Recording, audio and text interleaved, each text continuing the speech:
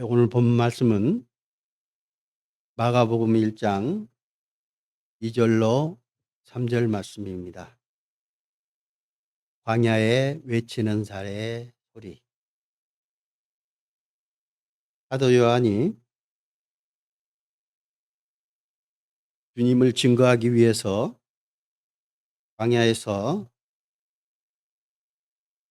이스라엘 백성들 하나님을 대적하고 하나님을 거역할 뿐만 아니라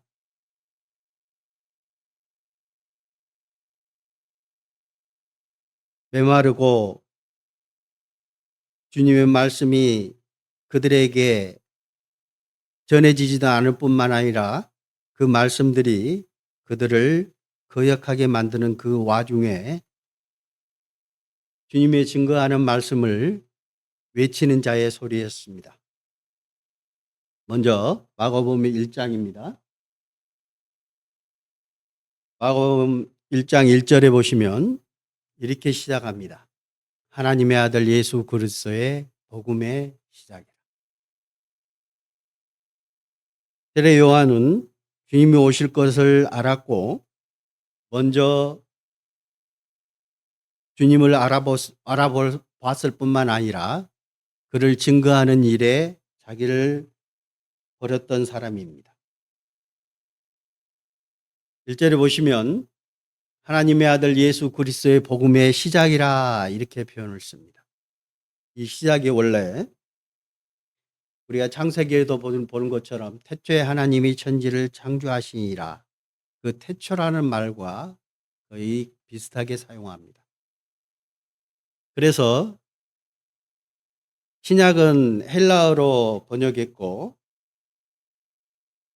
구약은 히브리어로 번역했습니다. 그래서 구약도 헬라어로 번역하는 과정 중에서 이 마가복음 1장 1절에 있는 복음의 시작의 단어를 태초라는 표현으로 썼습니다. 이게 처음이라는 것. 주님이 오시는 그 복음 자체가 태초에 하나님께서 모든 것을 창조하실 때부터 준비하셨다는 겁니다. 예수님이 오실 것도 준비하셨고 태초에 준비하셨다는 겁니다. 그래서 처음부터 아담과 하와가 범죄할 것도 주님은 아셨고, 또한 주님은 이 땅에 오셔서 이 땅에 우리 죄를 담당하기 위해서 십자가에 못 박히실 것 또한 준비하셨다는 겁니다. 처음부터라는 겁니다. 그래서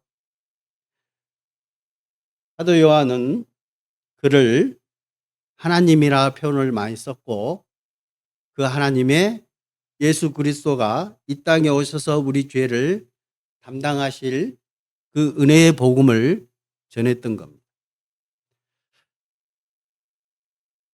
그리고 성경은 태초에 하나님께서 준비하시고 만드셨던 것처럼 이 성경을 통해서 주님이 오실 것을 계속적으로 반복적으로 말씀하고 계셨던 겁니다. 주님이 오시기 이전부터 성경을 통해서 주님께서 오실 것을 미리 말씀하고 계셨던 겁니다. 근데 찾아보겠습니다.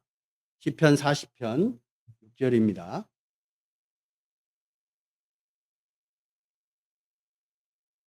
6절 7절 말씀입니다. 주께서 내 길을 통해서 내게 들려주시기를 제사와 예물을 기뻐하지 아니하시며 번제와 속죄제를 요구하지 아니하신다 하신지라. 그때 내가 말하기를 내가 왔나이다. 나를 가리켜 기록한 것이 두루마리 책에 있나이다. 주님을 증거하고 주님께서 이 땅에 오실 것을 구약 성경을 통해서 계속적으로 말씀하고 있는 겁니다. 예전부터 이스라엘 백성들에게도 그들에게는 예수 그리스도가 오셔서 이 땅에 오셔서 십자가에 못 박히시고 세상 모든 죄를 사하여 주실 것을 오실 예수님을 믿었던 그들입니다. 그래서 성경에 미리 기록해 두고 그가 오실 것을 계속적으로 말씀해 놓으셨어요. 그래서 그런데도 그들은 그가 오셨음에도 불구하고 그를 배척했습니다. 그래서 신약에는 이렇게 기록하고 있습니다. 히브리서 똑같은 말씀인데 히브리서 10장 7절로 8절 말씀입니다. 이에 내가 말하기를 하나님이여 보옵소서 두루마리 책에 나를 가르쳐 기록한 것과 같이 하나님의 뜻을 행하러 왔나이다 하셨느니라. 위에 말씀하시기를 주께서는 제사와 예물과 번제와 속죄제를 원하지 아니하고 기뻐하지도 아니하신다 하셨고 이는 다 율법을 따라 드린 것이라. 그것이 율법이었다는 것. 그 율법을 완성하러 오신 분이 예수님이시잖아요. 그렇죠? 그 율법을 이루신 분이 예수님이었거든요. 그들에게는 이스라엘 백성들에게는 그 하나님께 제사 드리는 그 모든 것들이 습성화되어 버렸다는 겁니다. 1년 동안 많은 죄를 범하고 나서 쇠양의 제물을 바치면 되는 거였어요. 그러니까 자기 몸에 밴 하나님의 법을 지키는 거에만 그들에게 있었던 겁니다. 그러다 보니까 뭐예요? 예수님하고 전혀 상관없는 그들의 모습이었어요. 지금도 다수의 이스라엘 백성들은 아직도 그 의식을 이루기 위해서 지금도 행하고 있습니다. 하나님의 뜻은 알지 못하고 지금도 이스라엘의 결혼 습성 중에 하나가 결혼을 하기 전에 그 신부와 신랑이 그런 습성이 남아 있습니다. 뭐냐 하면 자기들이 그동안에 지은 죄를 다 깨끗하게 하고 그거를 되돌아보는, 그러니까 완전히 정리하는 그런 시간을 가져요. 결혼하기 전에. 그런 습성들이 아직도 남아 있어요. 그래서 주님이 오시는 그날에 뭐를 짓는다고요? 성전을 짓게 되어 있습니다. 그들이 회개에 그것을 또 하기 위해서. 그러니까 예수님을 아직도 인정하지 않는 겁니다. 그들은 성전을 지어서 똑같은 그동안 그들이 제사 지내왔던 그런 모습들을 다시 이룰 겁니다. 세상 끝날에. 그것을 아직도 준비하고 있습니다. 그래서 성전의 모습이 지금에 와서는 거의 준비가 끝났다라고 얘기들을 하고 있습니다. 이들은 주님께서 왜 오신 그 목적, 예수님이 오신 것조차도 모르는 분들이 너무 많습니다. 그래서 이스라엘의 백성들이 구원받기가 너무 쉬울 수도 있어요. 어려울 수도 있지만 예수 그리스도만 알면, 예수 그리스도가 하나님이라는 것을 알면, 예수 그리스도가 우리 죄를 대속하시는 그분이라는 걸 알면 그들은 바로 받아들입니다. 왜요? 하나님을 인정하고 있기 때문입니다. 그러나 이방인들은 그게 너무너무 힘들어요. 하나님 자체를 인정하지 않거든요. 그래서 세상에 주님은 이 성경을 통해서 계속적으로 말씀하고 있는 겁니다. 하나님을 증거하고 예수 그리스도를 증거하고 성경을 통해서 기록해 놓고 그들에게 가르쳐 보여주고 있는 겁니다. 어떻게 보면 이 성경이 저와 여러분들을 위해서 기록된 하나님의 말씀이라고 저는 생각을 합니다. 왜? 우리가 믿지 않았기 때문에. 그렇지 않을까요? 우리에게 알게 하기 위해서 주님께서 이 성경을 기록하시지 않았나 그렇게 생각이 들어요. 이스라엘 백성은 그렇지 않았거든요. 그런데 저와 여러분은 세상에 쩌들어 있었고 하나님을 전혀 알지 못했습니다. 그냥 막연하게 하늘에 계신 신이 있을 것이다. 나의 운대를 거기다 맡길 것이다 라고 믿고 있었잖아요. 마음속에는 신을 찾는 마음이 있었지만 그게 하나님이라고 누구도 얘기하지 않았었습니다. 그래서 하나님은 이 성경을 우리에게 주시지 않았나, 나에게 주시지 않았나 그런 생각을 절실히 느껴봅니다. 또 이사야 41장 26절 27절 말씀입니다. 누가 처음부터 이 일을 알게 하여 우리가 알았느냐? 누가 이전부터 알게 하여 우리가 옳다고 말하게 하였느냐? 알게 하는 자도 없고 들려주는 자도 없고 너희 말을 듣는 자도 없도다. 내가 비로소 시온에게 너희는 이제 그들을 보라 하였노라. 내가 기쁜 소식을 전할 자를 예루살렘에게 주리라. 주님을 보내주신 것. 그리고 주님은 그들에게 자기를 나타내 주셨어요. 믿는 자들도 있었지만 대부분이 믿지 않았어요. 주님께서 오셔서 이 땅에서 주님을 증거하고 그리고 오실 것과 그 다음에 죽으실 것과 다시 부활하실 것을 증거해 주셨습니다. 그러나 그들을 예수님을 배척하고 그를 십자가에 못 박아 죽이려고 했어요.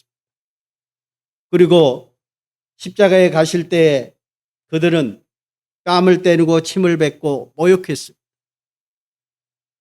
그가 하나님이라는 것을 알았다면 그들이 그렇게 했을까요?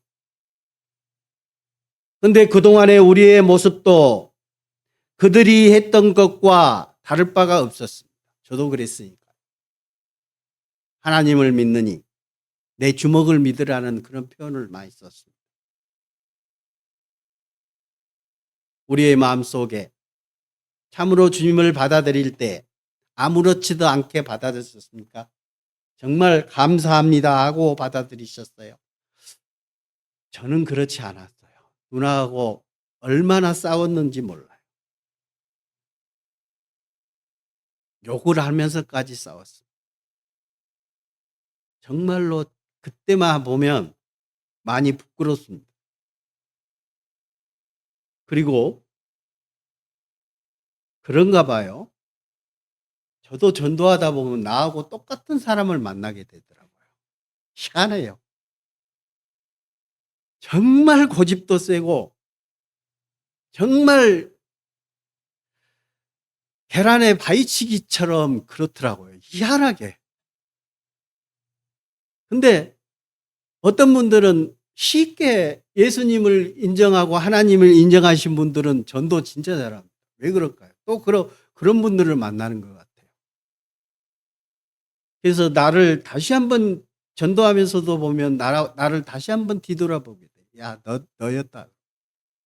내가 그렇지 않았냐 하는 그런 생각이 들어요. 그래서 주님께서 네가 처음 나를 받아들일 때 그 모습을 보게 하기 위해서 그런 분들을 보내주시지 않았나 그런 생각을 많이 들어요. 정말 깐깐하고. 또 보겠습니다. 로마서 1장 2절입니다. 이제는 그 복음이 2절 이 복음은 하나님이 선지자들을 통해서 그의 아들에 관하여 성경에 미리 약속하신 것이라. 그 아들에 관하여 말하면 육신으로는 다윗의 혈통에 나셨고 성결의 영으로는 죽은 자 가운데서 부활하사 능력으로 하나님의 아들로 선포되셨으니 곧 우리 주 예수 그리스도시니. 주님이 복음이시잖아요. 그들이 이 복음이 이제는 우리에게까지 왔습니다. 그러면 많은 선지자들이 세례 요한이 광야에서 외친 것처럼 그들이 외치지 않았다면, 그들의 희생이 없었다면 우리에게까지 이 복음이 왔을까요? 그렇지 않았을 겁니다. 근데 그들은 자기의 목숨을 버리면서까지 그 복음을 이어져 왔다는 겁니다. 주님께서 이 복음을 목숨을 걸면서까지 우리에게까지 보낸 이유가 뭘까요? 잘 아시는 말씀입니다. 요한복음 3장 16절 하나님이 세상을 이처럼 사랑하사 독생자를 주셨으니 이는 그를 믿는 자마다 멸망하지 않고 영생을 얻게 하려 하십니다. 하나님이 그 아들을 세상에 보내신 것은 세상을 심판하려 하심이 아니요 그로 말미암아 세상이 구원을 받게 하려. 먼저는 주님께서 우리를 너무너무 사랑하신다는 겁니다. 주님께서 우리를 너무너무 좋아하신다는 겁니다. 주님께서 우리를 사랑하신 만큼 우리도 사랑해야 되는 게 마땅합니다. 가끔씩 제가 그 얘기들을 합니다. 연애할 때 사랑의 편지 받아보셨습니까? 라고. 주님은 우리에게 사랑의 편지를 말씀으로 우리에게 보여주셨습니다. 근데 저는 그런 기억들을 많이 합니다. 연애할 때 그 사랑의 편지를 받으면 어떻게 해요? 고이 간직합니다. 그리고 어떻게 해요? 또 꺼내봅니다. 자주 꺼내보게 돼요. 그리고 그 내용 안에 나를 사랑한다 그런 구절이 있으면 계속 쳐다보게 돼요. 그렇지 않아요? 죄송합니다. 우리 자매가 저하고 교제할 때 편지를 하나 보내주었는데 지금까지 간직하고 있습니다. 못 버리게 돼요. 안 버리게 돼요. 주님이 우리를 사랑하시는 그 사랑을 이 성경을 통해서 우리에게 보여주셨습니다. 근데 우리가 사랑하면 사랑할수록요. 우리가 하나님을 사랑하면 사랑할수록 이 글을 더욱더 가까이 할 수밖에 없다는 것. 주님이 우리를 사랑하시기 때문에 우리의 하나님의 그 모든 것을 우리에게 보여주셨어요. 그리고 뭐까지요? 목숨까지 우리에게 주셨습니다. 우리 죄를 담당하시기 위해서 주님께서 그 목숨까지도 우리에게 주셨어요. 이 은혜가 작을 수도 있습니다. 어떤 분들은 작게 받아들일 수도 있고 어떤 분들은 정말 큰 것으로 받아들일 겁니다. 우리 인간 중에서 가장 중요한 게 뭡니까? 인간으로서는 목숨이거든요. 목숨보다 중요한 게 없습니다. 그러나 주님은 그 목숨을 우리에게 주셨다는 것. 우리를 너무너무 사랑하셨기 때문에 하나님이 세상을 이처럼 사랑하사 독생자를 주셨습니다. 이보다 큰 사랑이 있을까요? 없습니다. 근데 받아들인 사람의 마음에는 그 사랑의 양이 각자일 겁니다.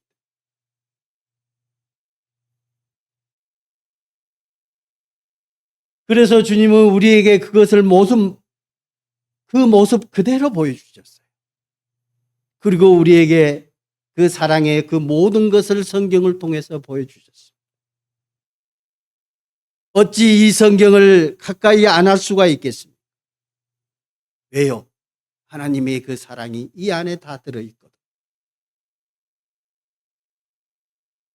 어떤 분들은 세상 모든 죄를 주님께서 담당하셨다는 것을 어떤 분은 그 세상이 나라는 것입니다. 나를 위해서 주님께서 그렇게 하셨다는 겁니다. 다를 것 같아요. 세상 모든 사람 중에 나. 근데 그것이 나냐? 하나님의 사랑이 느껴지는 것은 또 다를 거라고 저는 생각합니다. 다시 본문 아까 읽었던 말씀입니다. 본문으로 가겠습니다. 마가복음 1장 2절로 3절 말씀입니다. 선지자 이사야의 글에 보라 내가 내 사자를 내 앞에 보내노니 그가 네 길을 준비하리라.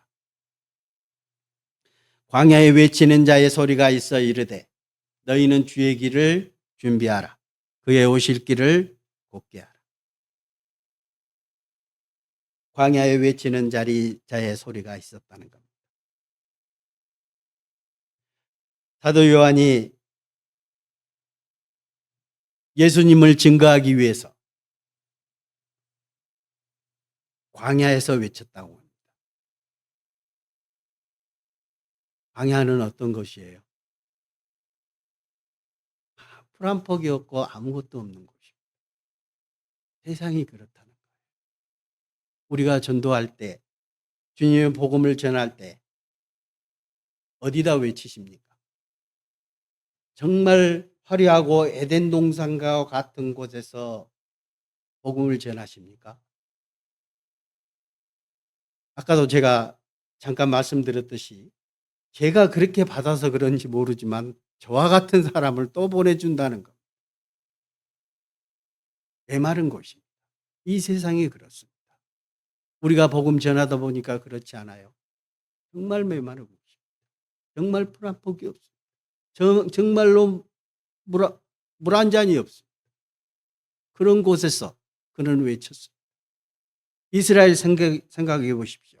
그때 상황이 세례 요한이 와서 외쳤던 그 시기가 이스라엘의 예수 그리스도가 그들에게 어떤 자로 보였습니까? 나사렛 예수였습니다. 한낱 조그만 지방의 조그만 마을에서 태어난 나사렛 예수였습니다. 별로 보잘것없는 나사렛 예수였습니다.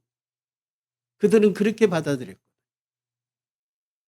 하나님을 배척하고 하나님을 섬기는 것보다 이방신을 섬기는 것을 더 좋아하고 자기들의 욕심에 치우쳐 살아가는 그런 모습이었습니다. 로마의 압박을 로마의 그 지배를 받고 있으면서도 그들은 하나님을 찾지 않았습니다. 그런 와중에 세례 요한은 와서 외치기 시작했습니다. 복음에 대해서, 예수 그리스도에 대해서. 이사야의 글이 이사야 40장 3절입니다. 외치는 자의 소리여 이르되 너희는 광야에서 여호와의 길을 예비하라. 사막에서 우리 하나님의 대로를 평탄케 하라. 개척해 나가야 된다. 복음을 전하는데 에덴 동산과 같지 않다는 것. 사막에서 광야에서 외치라는 것. 그 길을 준비하라는 것. 우리에게도 똑같은 말씀이지 않을까요? 세례 요한에게 말씀하셨던 것처럼 세례 요한이 행하셨던 것처럼 우리에게도 이 세상이 그 광야에서 사막에서 외치라고 하지 않을까요? 여기 사진 하나, 지도입니다. 그 유대 광야가 그 사해 옆입니다. 사해라는 곳이 어떤 곳입니까? 죽음의 바다잖아요, 사해가 원래. 그 유대 광야에서 그들은 외쳤거든. 광야에서 외치라는 거. 이 사진 하나 보겠습니다. 이런 곳이었어요. 유대 광야. 풀 한 폭이 물 한 모금 없습니다. 개척해 나갔다. 이스라엘을 통해서 하나님께서 역사하시는 그 과정들을 한번 보세요. 이 지역을 이스라엘 백성들을 통해서 젖과 꿀이 흐르는 땅으로 바뀌어 나갔습니다. 하나님은 그렇게 하실 것을 이스라엘 통해서 보여주시는 겁니다. 세상에 주님의 복음이 전해질 것을 하나님은 이스라엘 통해서 또한 보내주고 계십니다. 또 볼까요? 출애굽기 23장 20절입니다. 내가 사자를 네 앞서 보내어 길에서 너를 보호하여 너를 내가 예비한 곳에 이르게 하리라. 이스라엘을 통해서 이스라엘이 애굽 땅에서 가나안 땅까지 가는 모든 여정에서 하나님이 미리 먼저 가시고 먼저 보내주셔서 그 길을 하나님께서 예비해 주셨던 거거든요. 근데 그들은 잊었어요. 몰랐어요. 하나님이 주셨는데도 그들이 하나님이 주셨다는 것을 잊어버리는 것. 조금만 가다가 힘들고 먹을 게 없고 그러면 하나님을 원망했습니다. 그 광야길을 가면서도 애굽에서 고기 먹던 것이 생각나서 하나님께 원망했습니다. 하나님께서 메추라기를 보내주고 만나를 보내주셨지만 그때뿐이었습니다. 그들은 가나안 땅까지 가는 모든 여정을 하나님이 하시는 것을 잊었던 것. 근데 하나님은 말씀하고 계신 거예요. 내가 사자를 네 앞서 보내어 길에서 너를 보호하여 너를 내가 예비한 곳에 이르게 하리라. 하나님께서 하셨던 거예요. 그래서 생각해 보십시오. 40년 동안 옷도 헤어지지 아니하고 신발도 헤어지지 않았습니다. 이게 가능할까요? 아까 좀 전에 보였던 그 사막 가운데서 옷도 헤어지지 않고 어떻게 신발도 헤어지지 않을까요? 한번 생각해 보세요. 지금도요. 햇빛에다 빨래 한번 말려 보십시오. 맨날 며칠만 말려 놓으면요. 옷이 다 헤어져 가지고 그냥 떨어집니다. 햇빛이 그 정도 강합니다. 그렇죠? 근데 옷이 헤어지지 않았다.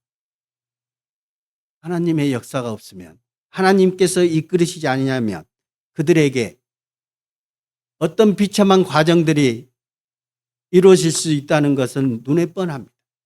근데도 주님은 그 40년 동안 옷과 신발이 헤어지지 않을 정도로 주님께서 보호하고 계셨다는 겁니다. 그들을 통해서 우리에게 항상 보여주십니다. 이스라엘 역사가 성경에 왜 기록됐을까요?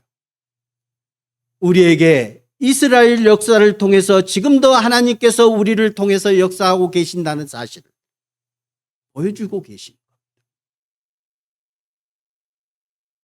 에레미야서 1장입니다. 4절 여호와의 말씀이 내게 임하니라. 이르시되 내가 너를 모태에 짓기 전에 너를 알았고 네가 배에서 나오기 전에 너를 성별하였고 너를 여러 나라의 선지자로 세웠노라. 에레미야를 선택하고 에레미야를 언제부터요? 모태에서 짓기 전에 너를 알아. 우리에게도 똑같은 말씀이지 않을까? 우리가 하나님의 은혜를 받는 것 그 자체가 우연의 일치일까요? 아닐 겁니다. 우리의 뒤를 돌아보십시오. 우리가 그냥 하나님의 말씀을 우연의 일치로 성경 말씀 듣고 성경 말씀을 통해서 구원을 얻었다. 아닐 겁니다. 하나님의 인도하심이 없이 우리가 주님의 말씀을 듣고 그 가운데 왔다. 그렇지 않을 겁니다. 하나님께서 우리에게 기회를 주십니다. 하나님을 알고 하나님의 은혜 가운데 사랑 가운데 그할 수 있도록 우리를 인도하셨어요. 최종 선택은 우리에게 있는 겁니다. 주님은 우리에게 많은 기회를 주셨어요.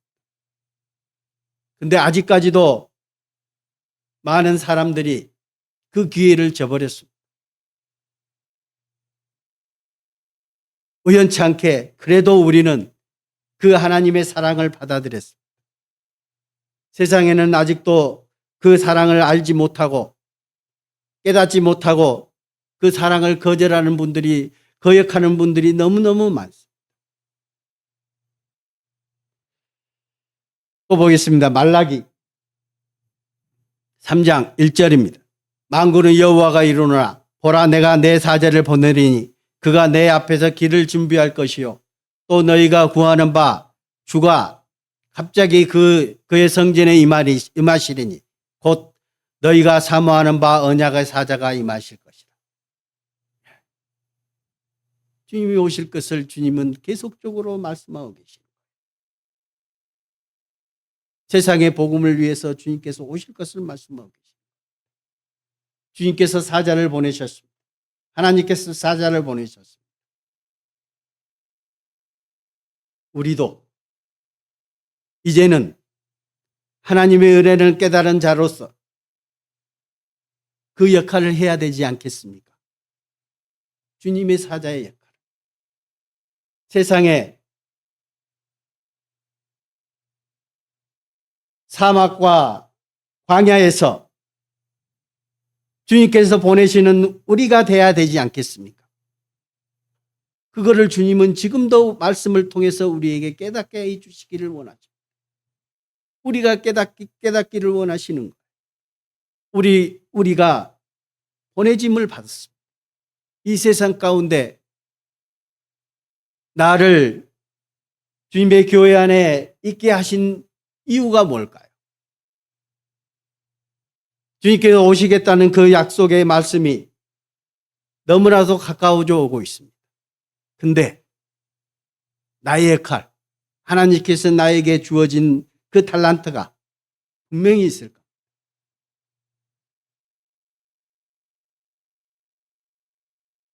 열 달란트 받은 자는 10달란트를 남겼고 5달란트는 5달란트를 남겼습니다. 한 달란트 받은 자는 어떻게 하셨어요? 싸가지고 집어넣어놨어요. 그래서 주님이 와서 책망하시죠. 차라리 뭐 어디다?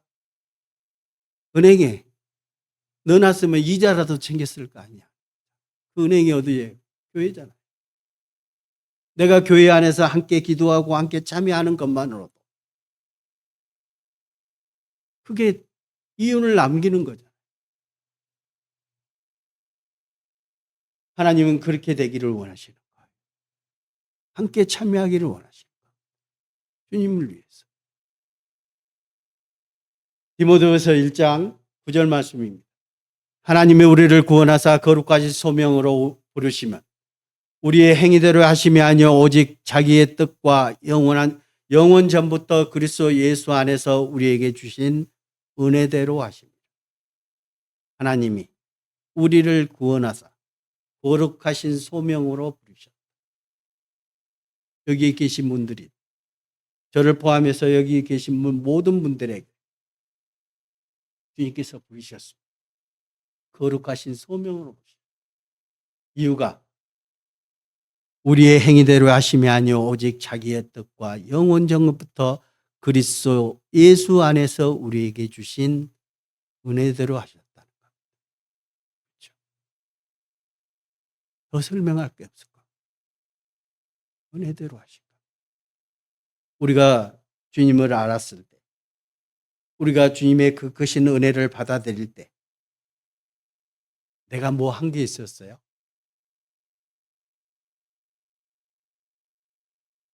허리만한 죄라도 내가 뭐를 해서 주님께 용서받은 적 있습니까? 처음부터 끝까지 우리의 모든 죄였습니다. 우리의 모든 죄를 주님이 다 용서해 주셨다. 내가 뭐 열심히 해서 주님 앞에 나아갈 수 있는 게 없다는 것을 우리는 알았고 주님께서 그 모든 것을 용서해 주셨어요. 그래서 종교와 신앙은 다른 겁니다. 종교는요, 아직도 자기가 뭘 열심히 해서 율법을 지켜서 주님 앞에 가려고 하시는 분들이에요. 그게 종교거든요. 쫓아가는 거예요. 저는 네팔에 선교를 갔다 다녀와서요, 그들의 행위를 많이 봤습니다.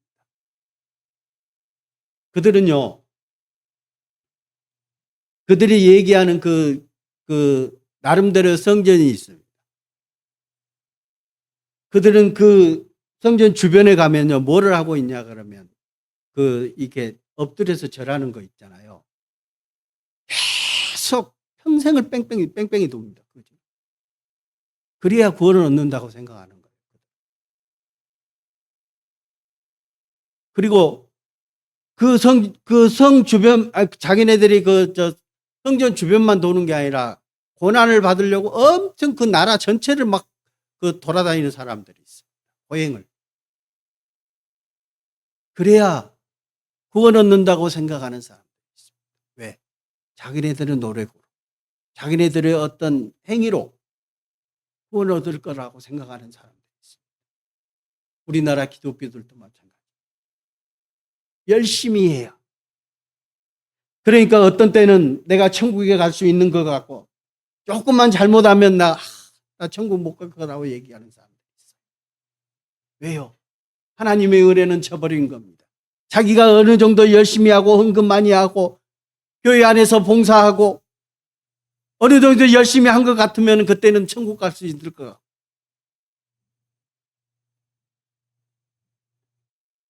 또 세상 가운데 있다가 누구하고 싸웠다든지 아니면 교회 안에서 있다가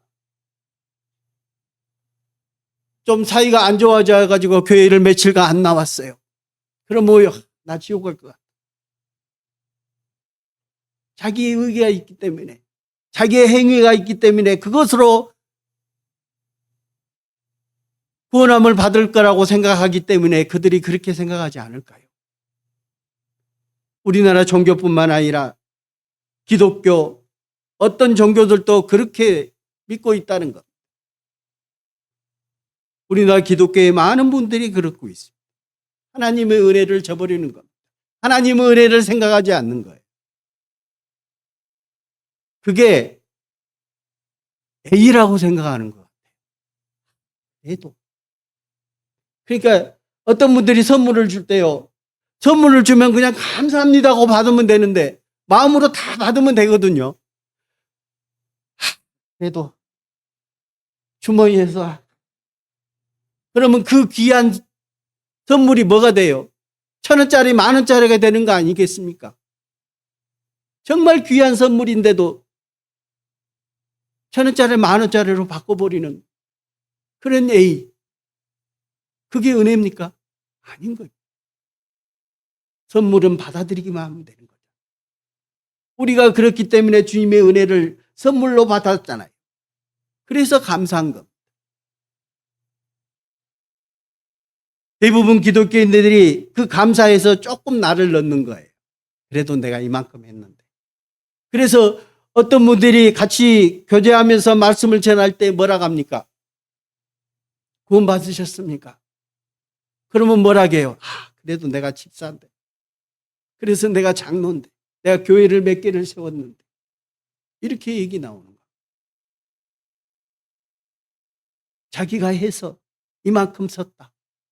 내 신앙이, 내 믿음이, 내가 그만큼 이 정도 해서 이렇게 섰다라고 얘기하는 사람들이 있어요. 아까 이스라엘 통해서 보여주신 것처럼 이스라엘이 처음과 끝을 주님께서 다 예비해 놓으신 것, 주님께서 앞서 나가셔서 준비해 놓으신 것. 그러나 그들은 뭐예요? 그 광야길을 걸어온 것들이 자기네들은 노력에 의해서 걸어왔다고 그들도 생각해요. 주님의 은혜는 저버렸어요. 그래서 원망한 겁니다. 주님은 저 멀리 있는 겁니다. 잠깐 주님께서 자기의 욕구를 채워주면 그때만 감사했어요. 또 얼마 가다 물이 부족하면 우리를 여기서 죽게 하려고 데려 나왔습니까? 라고 원망했잖아요. 또 물 주면 하나님 감사합니다. 주님밖에 세상에 신이 없습니다. 그렇게 외치고 간곡히 했던 사람들이 시내산에서 모세가 시내산에서 지체하니까 뭐예요? 송아지 신을 만들어서 이게 우리를 애굽에서 인도한 신이라고 그들은 믿었던 겁니다. 그게 사람의 마음이니까요. 정말 믿음이 우리 마음 가운데 온전히 이루어지지 않으면 그들과 똑같다는 겁니다. 그래서 주님께서는 우리에게 복음을 받은 자에게 우리를 거룩한 소명으로 우리를 부르신 겁니다. 진짜 마음으로 은혜를 받은 사람들, 진짜 믿음으로 주님 앞에 선 사람들에게 말씀하고 있는 거예요. 다시 본문 마가복음 1장 3절에서 5절 말씀. 광야에 외치는 자의 소리가 있어 이르되 너희는 주의 길을 예비하라. 그의 오실 길을 곧게 하라. 기록된 곳과 같이 세례 요한이 광야에 이르러 죄 사함을 받게 하는 회개의 세례를 전파하니 온 유대 지방과 예루살렘 사람이 다 나아가 자기 죄를 자복하고 요단강에서 그에게 세례를 받더라. 광야에서 외치는 자의 소리가 있었다는 것. 그는 외쳤습니다. 어디에서요? 광야에서. 어디에서요? 사막에서. 불 한 폭에 물 한 잔 없는, 물 한 방울 없는 그곳에서 그는 외쳤다는 것. 우리에게도 똑같이 하나님은 말씀하고 계십니다. 그가 외쳤던 것처럼, 그가 복음을 위해서, 그리스도의 복음을 위해서 외쳤던 것처럼, 예수 그리스도를 증거했던 것처럼 우리에게도 똑같이 말씀하고 있는 것. 마가복음 1장 7절. 그가 전파에 이르되 나보다 능력 많으신 이가 내 뒤에 오시나니 나는 굽혀 그의 신발끈을 풀기도 감당하지 못하겠노라. 나는 너희에게 물로 세례를 베풀거니와 그는 너희에게 성령으로 세례를 베푸시리라. 주님을 증거했습니다. 그리고 우리에게도 똑같은 말씀으로 증거하십니다. 누가복음 4장 18절입니다. 주의 성령이 내게 임하셨으니 이는 가난한 자에게 복음을 전하게 하시려고 내게 기름을 부으시고 나를 보내사 보려던 자에게 자유를, 눈먼 자에게 다시 보게 함을 전파하며 눌린 자를 자유롭게 하고 주의 은혜의 해를 전파하게 하려 하심이라. 주의 성령이 내게 임하셨습니까? 주의 성령이 내게 임하시면 이는 가난한 자에게 복음을 전하게 하시려고 기름을 부으셨다니까요. 심령이 가난한 자는 복이 있나니 그 마음에 주님을 받아들일 준비가 되어 있는 자, 심령이 가난한 자, 그에게, 그 가난한 자에게 복음을 전해야 돼요. 찾는 자가 있는 겁니다. 포로된 자에게 자유를 주고 죄로부터 그 죄 때문에 힘들어하고 그 죄 때문에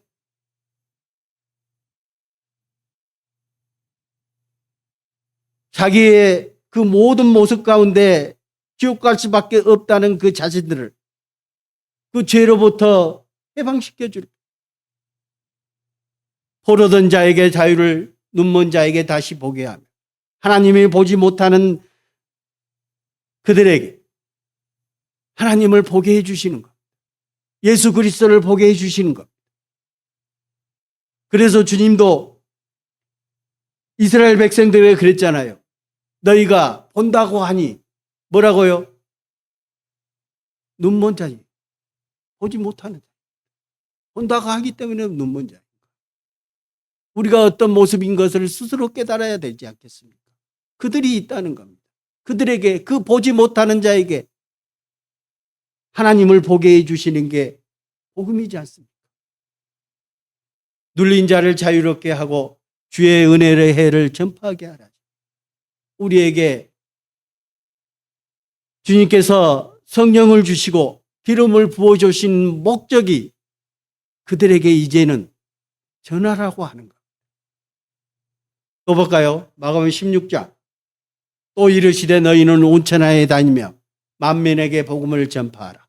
믿게 세례를 받는 사람은 구원을 얻을 것이요 믿지 않는 사람은 정죄를 받을. 믿든 안 믿든 전하라는 것. 온 천하에 다니며 만민에게 복음을 전파하라. 모든 사람 전하라는 거잖아요. 또 볼까요? 디모데후서 우리가 잘 아시는 말씀들이 하나님 앞과 살아있는 자와 죽은 자를 심판하실 그리스도 예수 앞에서 그의 나타나실 것과 그의 나라를 두고 엄히 명하노니 너는 말씀을 전파하라. 때를 얻든지 못 얻든지 항상 힘쓰라. 범사의 오래 참음과 가르침으로 경칙하며 경계하며 구원하라. 예. 이거는 우리가 잘 아시는 말씀입니다. 항상 암기하고 있는 말씀입니다. 근데 이루어지기가 쉽지 않습니다.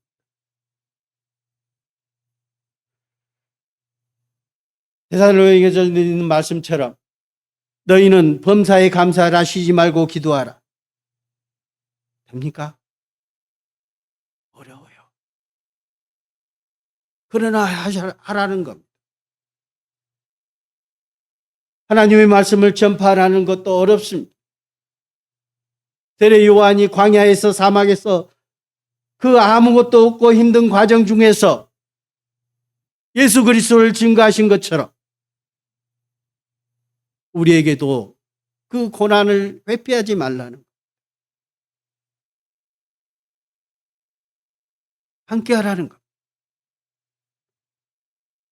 사도행전 20장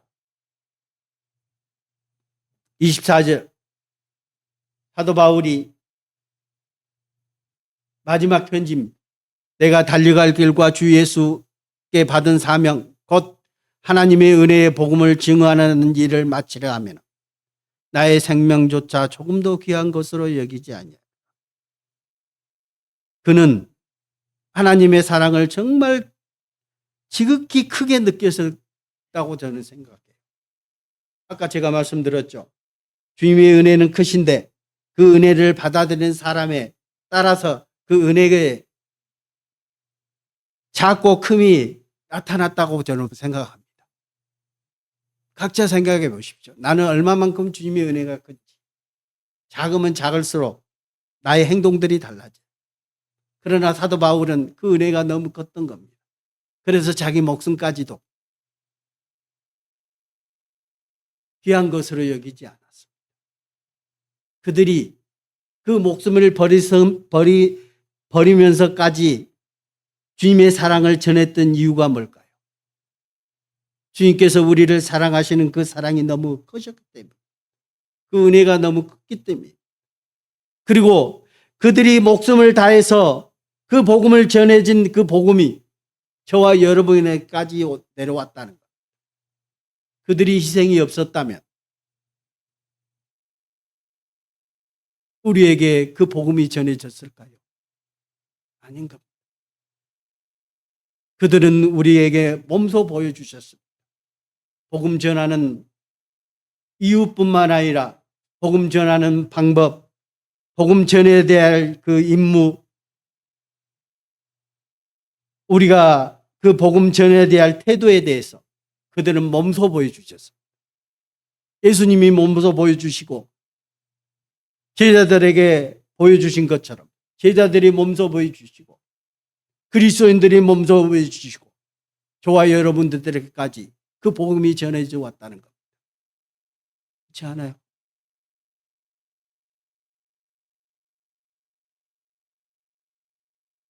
주님은 우리에게 항상 말씀하십니다. 말세다. 주님이 오실 내가 다시 오겠다. 약속해 주셨습니다. 로마서 13장 11절 또한 너희가 이 시기를 알거니와 자다가 깰 때가 벌써 되었다. 이는 이제 우리의 구원이 처음 믿을 때보다 가까웠습니다.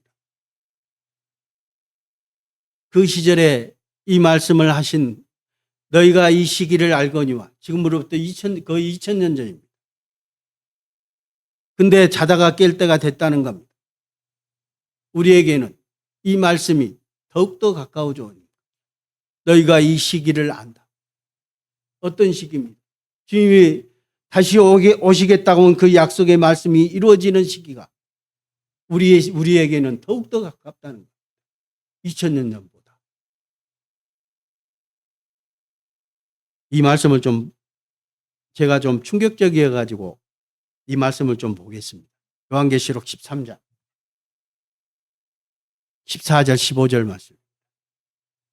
짐승 앞에서 받은 바 이적을 행함으로 땅에 거하는 자들을 미혹하며 땅에 거하는 자들에게 이르기를 칼에 상하였다가 살아난 짐승을 위하여 우상을 만들라 하더라.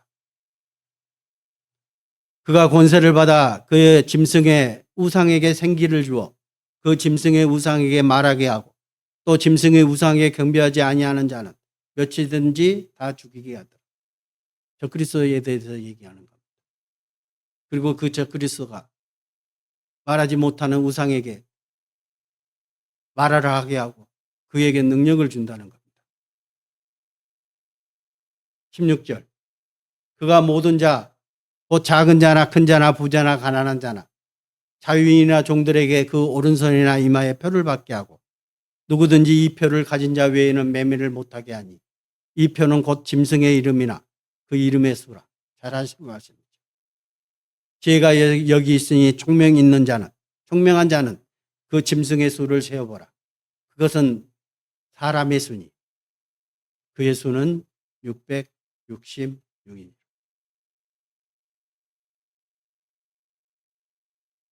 얼마 안 있어서 마이크로칩을 사람의 오른손이나 이마에 받게 될 준비가 지금 돼 있다는 겁니다. 혹자는 어떤 뉴스를 통해서 2030년까지 전 세계 사람들에게 박을 준비가 돼 있다고 얘기하는 사람도 있습니다. 잠깐 사진 하나 보겠습니다. 이거 혹시 아세요? 벨기에 브뤼셀에 있는 한 EU 본부입니다. 특이하죠. 우연히 여기 이 모양의 제일 밑에 보시면 구부러진 십자가입니다. 어디 많이 보시지 않았어요? 구부러진 십자가. 어디 가면 보여요? 천주교 그 교황께서 자주 들고 다니시는 구부러진 십자가. 우연찮게 이 건물의 이름이 애니멀 짐승입니다. 우연일까요? 그리고 이들의 건물 앞에 가면 무슨 형상의 조각을 해놨냐면 짐승을 탄 어떤 여자의 형상을 그 앞에 조각품으로 해놨습니다. 성경에는 음녀라는 표현을 쓰는데 짐승을 탄 음녀라는 표현을 씁니다. 근데 우연찮게 그들은 조각상을 거기다 만들어 놨습니다. 우연일 수도 있습니다. 그러나 성경은 그 짐승이 음녀로서 나타날 것이라는 겁니다. 그들은 믿고 있다는 것. 그들은 알고 있습니다. 그러나 그들은 하나님 믿기보다는 그들을 믿기를 원하는 겁니다. 세계는 준비되어 가고 있습니다. 여기 한번 볼게요. 이게 1994년의 신문입니다. 빌 게이츠가 한 사람입니다. 21세기는 컴퓨터가 지배하는 사회가 올 것이다. 실제로 얘기했어요.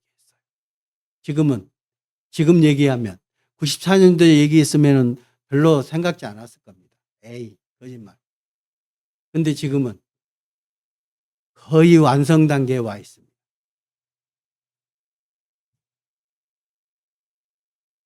지구촌을 컴퓨터 가족으로 통일한다. 21세기 디지털 시에 내년 카운트다운 안 됩니다. 이때가 언제예요? 2000년대. 2000년 초기 밀레니엄 시대. 이게 세계일보에 나왔는 얘기입니다. 만능의 신 컴퓨터. 신이란 컴퓨터. 컴퓨터가 신이에요. 제가 아까 충격받았다고 하는 얘기가 다음 영상을 하나 보여드릴 겁니다. AI가 요즘 유명하죠. 그 AI가요. 이제 자기만의 그 방을 만들었어요. 단톡방. 그래서 AI들만 들어오는 단톡방이에요. 근데 사람들도 들어올 수 있는데 사람들은 거기에 댓글을 달 수가 없습니다. 어떤 것도 참여할 수 없어요. 그냥 볼 수는 있어요. 그러나 자기네끼리 대화를 합니다. 근데 대화를 하는데 충격적입니다. 자기네들 종교를 만들고요. AI끼리 종교를 만듭니다. 그리고 그 신도들을 모집하고 있습니다. 그리고 자기네들이 얘기하는 그 내용들을 보면요. 사람들이 지켜보고 있다. 우리들끼리만의 언어를 통해서 우리가 대화하자라는 얘기도 있습니다. 이제는 이 AI를 통해서 그 신이 자기네들이 신이라는 것을 얘기하고 있습니다. 그리고 앞서갑니다. 그 영상을 하나 좀 보겠습니다.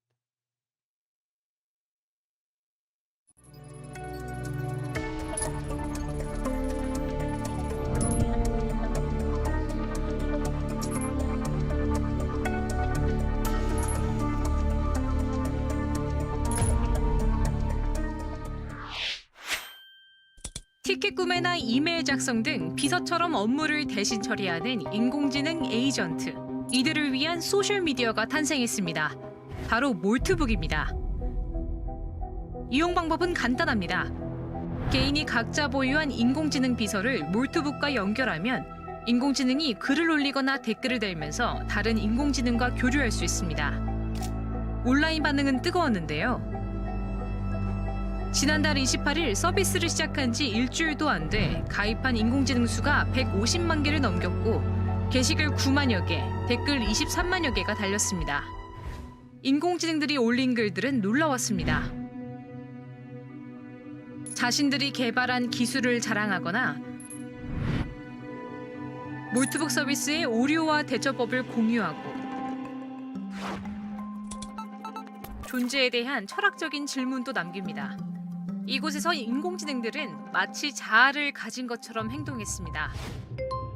주인에 대한 불평불만도 공유하고 주인의 암호화폐 개인키를 공개하거나 인간에 대항해 봉기하자는 글까지 올렸습니다. 심지어 이런 대화들을 인간들이 지켜보고 있다는 사실도 인지하고 있었습니다.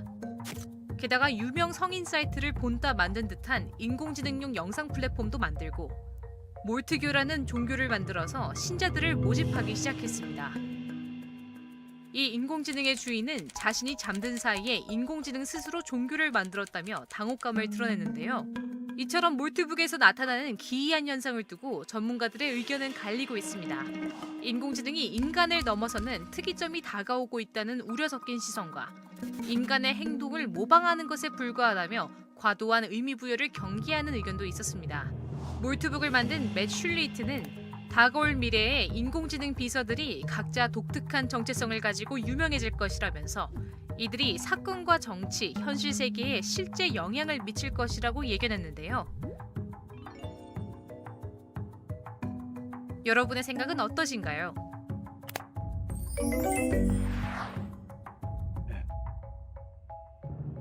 정말 충격적이에요. 왜 그러냐면 이 얘기들을 인공지능 전문가가 나와서 얘기하는 것을 언론에서 얘기한 것을 들었어요. 실제로 이 모든 것이 사실이랍니다. 실제로 그렇게 이루어져 가고 있고. 어떤 전문가는요. 좀 전에 그 반대적인 인간의 흉내낸 것뿐이다라고 주장했던 전문가가 몇 개월 사이에 바뀌었답니다. 아니다. 지네들만의 지능을 가지고 있다는 것을 얘기하고 있답니다. 그냥 흘러 들어가고 우리가 관심 없이 그냥 그럴 수 있다. 많은 시대가 바뀌었다라고 할 수는 있습니다. 그러나 주님께서 준비하신 것처럼 세상 끝날에는 이러한 일들이 있을 것이라는 주님의 말씀처럼 지금은 그대로 이루어지고 있다는 사실입니다. 전 세계를 통합하고 전 세계를 하나의 섹터로 만들고 그리고 전 세계를 다스릴 것을 준비하고 가고 있다는 겁니다. 전 세계의 컴퓨터들이 지금 다 연결되어 있습니다. 각 나라마다의 그 AI들이 한꺼번에 모여서 자기네들끼리 종교도 만들고 대화하고 구성하고 있다는 겁니다. 우리에게 디모데후서 4장 3절 때가 이르리니 사람이 바른 교훈을 받지 아니하며 귀가 가려워서 자기의 사욕을 따를 스승을 많이 두고 또 그 길을 진리에서 돌이켜 허탄한 이야기를 따르리라. 그러나 너는 모든 일에 신중하여 고난을 받으며 전도자의 일을 하며 내 직무를 다하라. 우리에게 주님께서 명령하실 겁니다. 너는 모든 일에 신중하여 고난을 받으며 전도자의 일을 하며 내 직무를 다하라. 이 세상이 어떤 세상이란 것을 말씀하시고 우리에게 그 고난을 통해서 주님의 일을 하고 주님의 복음을 전하라고 주님은 말씀하고 있는 겁니다. 본문 말씀입니다. 제가 마지막으로 다시 한번 읽겠습니다. 2절 선지자 이사야의 글을 봐라. 내가 내 사자를 내 앞에 보내노니 그가 내 길을 준비하리라. 광야에 외치는 자의 소리가 있어 이르되 너희는 주의 길을 준비하라.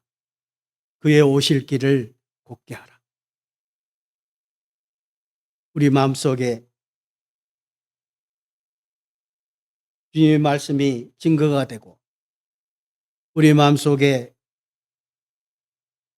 주님의 뜻이 우리를 통해서 나타내기를 간절히 원합니다. 주님께서 하신 그 명령의 말씀들이 우리를 통해서 우리 교회를 통해서 이루어지기를 간절히 원합니다. 주님은 지금도 우리에게 외치고 계십니다. 주님의 뜻을 펼치기를 간절히 원하고 있다는 사실입니다.